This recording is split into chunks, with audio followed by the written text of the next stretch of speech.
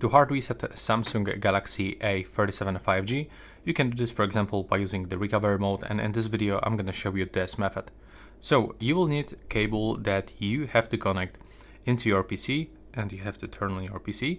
Without connection to your PC, you will be not able to actually enter the recovery mode and perform that hard reset. So this is why it's actually necessary.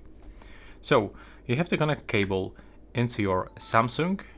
When the Samsung is turned on, you will have to use a 2 buttons combination.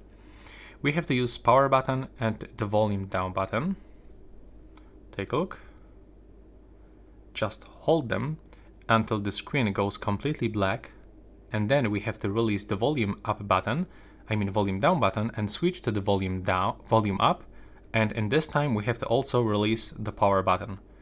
And now when we are here, we are able to perform that factory reset, but you have to remember that it's gonna remove everything from your phone. All of this data, even some SD card information. So literally everything will be removed from your phone. So click on the factory data reset. Now as you can see, the reset is complete. So we have to scroll to the reboot system now. And now the phone will turn off and then turn on with the first setup screen, and we can set this up like we want. Thank you so much for watching, and see you in the next one.